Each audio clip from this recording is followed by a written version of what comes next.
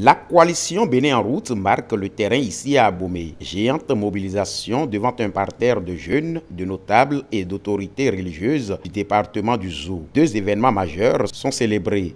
L'an 2 du régime de la rupture et la sortie officielle de cette coalition dans le Zou. Toutes les couches sociales sont représentées à ce grand rendez-vous d'explication. Les femmes du Bénin en route, section du Zou, ne se laissent pas distraire. Parmi ces actions, nous pouvons entre autres citer la subvention de plus de 3 milliards du gouvernement en 2017 des groupements de femmes, la subvention de 200 000 octroyée à des milliers de jeunes béninois pour démarrer une activité génératrice de revenus. Il est question de passer au peigne fin les grandes réalisations du régime du président Patrice Talon. Les résultats de ces réformes sont probants. À titre d'exemple, nous pouvons citer la lutte contre la corruption, la réduction du nombre de ministères publics, la création de la cellule des voyages officiels, l'organisation transparente des concours qui permet désormais aux fils des pauvres d'accéder aux emplois décents dans la fonction publique.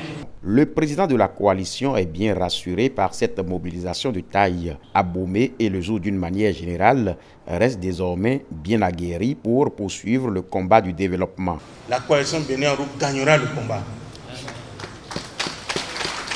Nous gagnerons le combat. Et c'est pourquoi je lance un appel à tous les partis politiques, à tous les mouvements, aux jeunes, aux personnes âgées de se joindre à nous. La coalition Bénin en route pour le moment n'est pas encore un parti politique. Mais il y a beaucoup de partis qui sont dedans. Et pourquoi Bénin en route? Bénin en route parce qu'il faut mettre notre pays sur la route du développement. Nous voulons constituer une passerelle pour notre génération par rapport à la génération qui arrive. Parce que les repères sont perdus. Les repères sont perdus. Les enfants sont à la maison. Les enfants sont livrés à eux-mêmes. Il faut que ça change.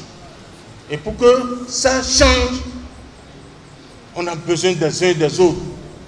On a besoin de chacun de nous. On a besoin de rester ensemble, dans la sincérité. Mes chers amis, nous devons prier pour notre président. Nous avions fait le combat avec lui, 2015-2016. Et nous le soutenons sans condition. D'autres régions du pays sont ciblées dans les tout prochains jours pour le même exercice.